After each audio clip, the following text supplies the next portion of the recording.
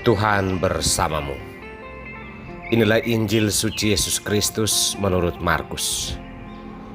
Bab 7 ayat 24 sampai dengan ayat 30. Lalu Yesus berangkat dari situ dan pergi ke daerah Tirus. Ia masuk ke sebuah rumah dan tidak mau bahwa ada orang yang mengetahuinya. Tetapi kedatangannya tidak dapat dirahasiakan.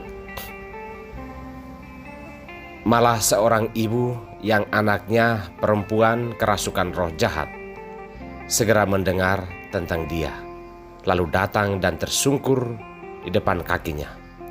Perempuan itu seorang Yunani, bangsa Siro-Fenisia. Ia memohon kepada Yesus untuk mengusir setan itu dari anaknya.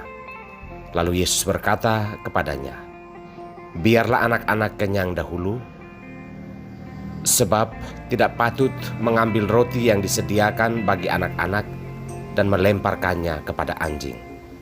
Tetapi perempuan itu menjawab, "Benar Tuhan, tetapi anjing yang di bawah meja juga makan remah-remah yang dijatuhkan anak-anak itu." Karena kata-kata itu, pergilah sekarang, sebab setan itu sudah keluar dan dari anakmu. Perempuan itu pulang ke rumahnya, lalu didapatinya anak itu berbaring di tempat tidur, sedang setan itu sudah keluar. Demikianlah Injil Tuhan.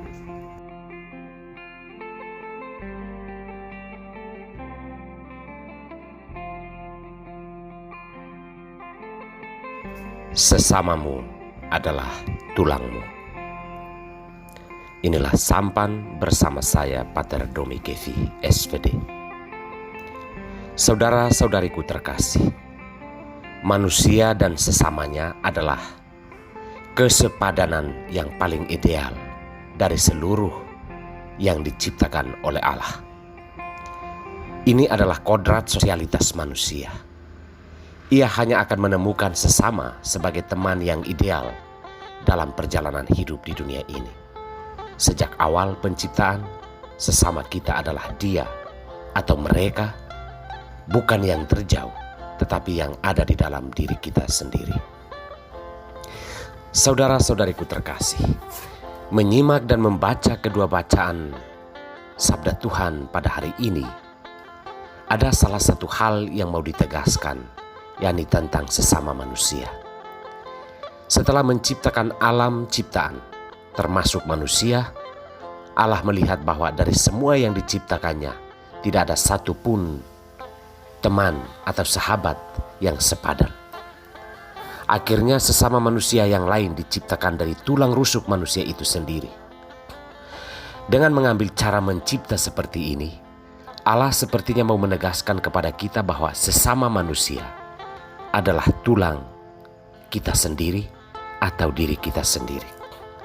Jika kita mau memperlakukan sesama itu baik, itu sama halnya kita sedang memperlakukan yang baik itu kepada diri kita sendiri. Sebaliknya, jika kita memperlakukan hal yang buruk terhadap sesama kita, itu artinya kita sedang memperlakukan hal yang buruk untuk diri kita sendiri. Sesama manusia adalah diri kita sendiri. Wanita Siro-Fenisia dalam Injil hari ini memiliki pandangan yang begitu luas terhadap kemanusiaan.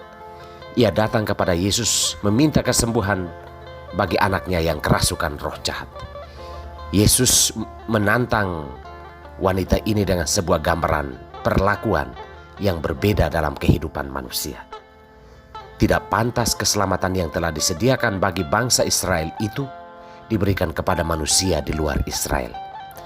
Namun wanita ini dengan penuh kerendahan hati mengatakan bahwa memang benar gambaran dan konsep itu telah terbangun.